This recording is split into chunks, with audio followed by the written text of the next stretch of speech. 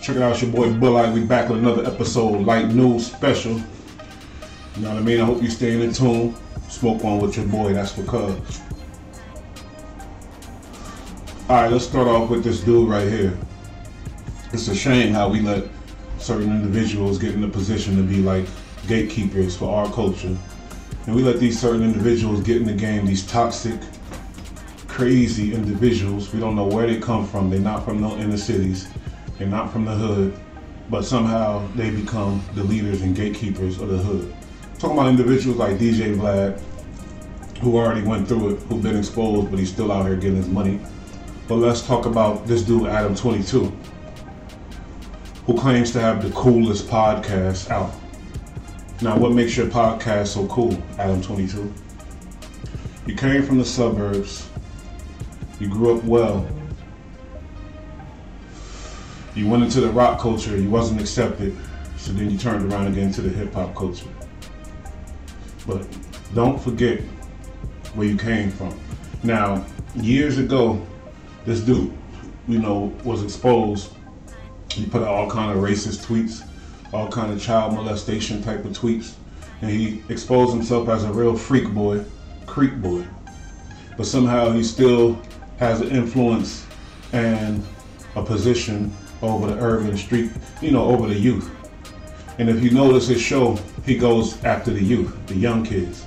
He likes artists that cater to youth. He doesn't like any adult, anything mature. He's a kid at heart. He does his porn, freak boy stuff with his wife. He's on OnlyFans and freaking off with her, doing all kind of Lord knows what. I'll never go look at it, but it's just the show. You gotta read a person's character by the actions, like I said. Now, if you go back to some of them old tweets, one of them he said, "Can any and all hot high school girls stop following me on Instagram? I have too many temptations in my life." So he's admitting right there that he's into young high school girls. And then also he says, it's a tweet. "So you're saying you wouldn't suck an 11-year-old's dick? Question mark. This is the type of stuff that comes from his mind. Another one, he says, "As attracted as I am to Jennifer Aniston and 10-year-old girls, come on." You know what I mean? Like, I don't know what he means by this or where he's going, but obviously he's letting it known to the young girls that he's with it, he's open for it. Sometimes you gotta send the messages other ways, and this is his way of sending it to these high school girls, what he's with. He also said he would almost rather sexual harass than have sex. This is the type of creep mind. That's what I'm saying, like, and we got this dude in control of the culture. He's one of the lead players of what's going on. If he interviews a rapper, it goes up because we all follow him based on he's into the violence, he's into the negative. Any kid that went to jail for murder, any type of shit like that, all the gang culture, he's deeply into that. He's infatuated by it almost. I really believe he's infatuated by it because when you look at his eyes when he's interviewing some of these young boys, you see how excited he gets, how deeply infatuated he is with these young boys and these kids and this hip-hop culture in a whole. But he doesn't like the real hip-hop culture. He likes the new young boys hip-hop culture. He likes the young boys stuff. Here's another one. "Girl just added me on Facebook. It looks like she's 15. And our only mutual friend is Tony Hamlin, LOL. I don't know." Said some stuff about Negro genetics. He also said, "Most blacks are habitual line steppers." This is a tweet from him. "Most blacks are habitual line steppers." So he put us all in the ball. This dude he's something else. Very much so, obviously a creep. I had a friend of mine, real creep freak boy. He even was at my wedding. But then I get a call from his sister saying, "You let this guy at your wedding, he's a child molester. He raped 2 boys. He's currently on the run, and now he's in prison." They caught him. But he reminds me of Adam22. He acts just like him.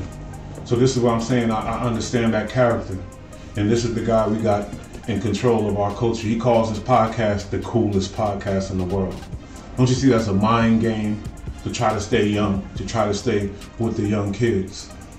When DJ Academics and all of them, Black 100, they had him at the show, he was totally out of his element.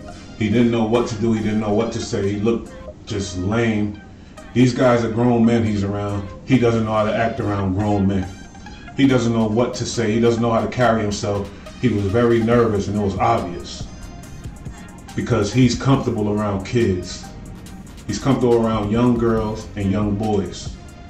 He's very entertained by the violence, the gang culture, and he doesn't even come from that. Now, I respect a guy like Milk74 and his channel because he grew up in the hood and he has, he's familiar with the culture. This dude right here is an infiltrator, a super culture vulture, because the way he's playing it is he's trying to stay cool with the young kids, and that's a major problem with me, because you're too old for that. You're putting out these tweets about child molestation, about little girls, and these racist tweets. We turn the other eye, and we still look at your fucking interviews because you got these young boys talking about who they done shot, talking about their ops, talking about jail time, talking about their murder cases.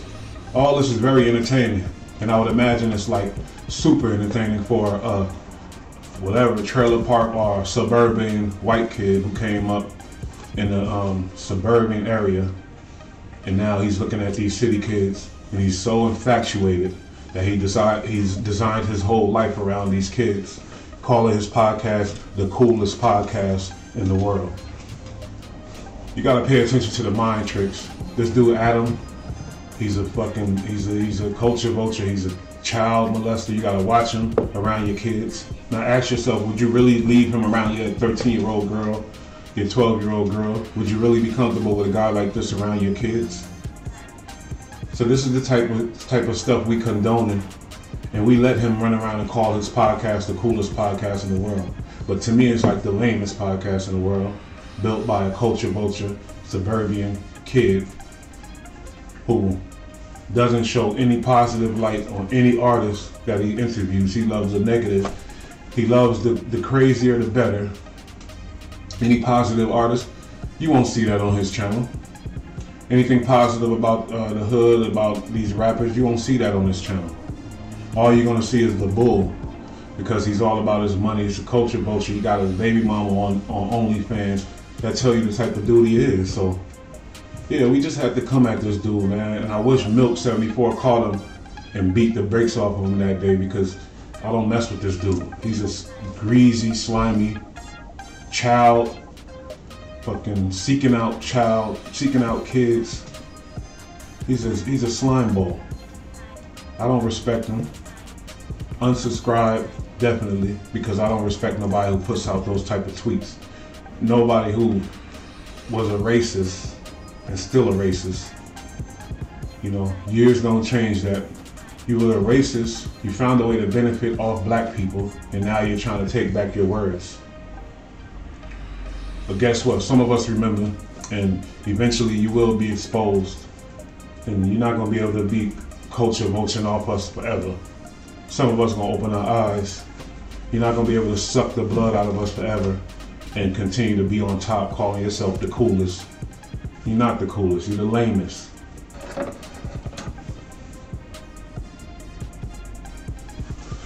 Now let's talk about this, what we come to find out, racket called Black Lives Matter. Remember when George Floyd, you remember all what went down? They choked George Floyd out, they killed him right there on camera. Real slow death, had him choking out for minutes upon minutes. So then a lot of people came out, a lot of things happened, a lot of things changed. One thing that emerged from that is the Black Lives Matter movement, which got major, got big, and had everybody in the streets all across the world screaming Black Lives Matter.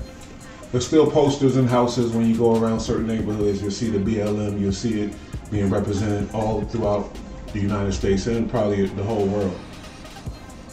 But now we find out that these girls, that was running the Black Lives Matter campaign, they went out and got them a swanky $5.8 million mansion in Southern California.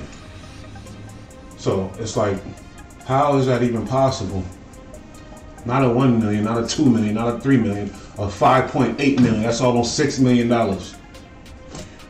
Like, if you need somewhere to live, okay, a million. That's still crazy. But 5.8 million? All that money could have been used to further the movement in positive ways. But you got greedy people who get that money in their account. They get that money, they get access to that money, and they can't help themselves. Their hands start shaking, and they gotta get in the pot. You know they're gonna try to justify it. This is for the people, this is for us. Yeah, right. Because if I show up at that mansion door, I guarantee the doors are locked. There's probably armed security and everything else. They wouldn't let me in. So this is what I'm saying about the disgustingness of greedy people who go ahead and just overdo it. It's almost like the mega churches that, you know, want planes and need private jet planes and all this extra stuff, pulling up in Bentleys and all of this when they preaching for the Lord. Now see, I'm not religious, but I'm not following nobody who's rich, period. I want to follow the righteous man, the man that don't worship money. You know, because that's the only realness to me. Jesus was poor. All the real prophets, they were poor. They weren't rich. So I don't know how mankind switched it over to where, oh, God wants me to be rich. God wants me to have this private jet. God wants me to have this Bentley. Nah, fuck that. God wants me to have these $5.8 million mansion in South California, Southern California. These girls are just disgusting. It's sickening. There's nothing to explain that. There's no way to explain that. You're greedy. You went all in for claiming it was for black people, but it was really for you. Because when you seen that bread, you didn't know how to act and you went crazy. Now they should be jailed for this. I don't appreciate this. This is horrible. Because there's no way you in a $6 million mansion when you know the movement's still moving. We still need things happening. We still need things done. What, you're celebrating? You think it's over? Is that why you caught that mansion? Is it over? Is the struggle over? Oh, you need to live in a certain luxury? Like, that's major luxury right there. $6 million? So I don't appreciate the greed. It's typical and it's disgusting. It's just so disgusting that people can't go against the grain, keep it 100, and do what you do. Like real ones, Malcolm X. He was in a little house, humble home. He didn't use his influence to try to get dollars and go on and do whatever. Martin Luther King, other people. These people were humble.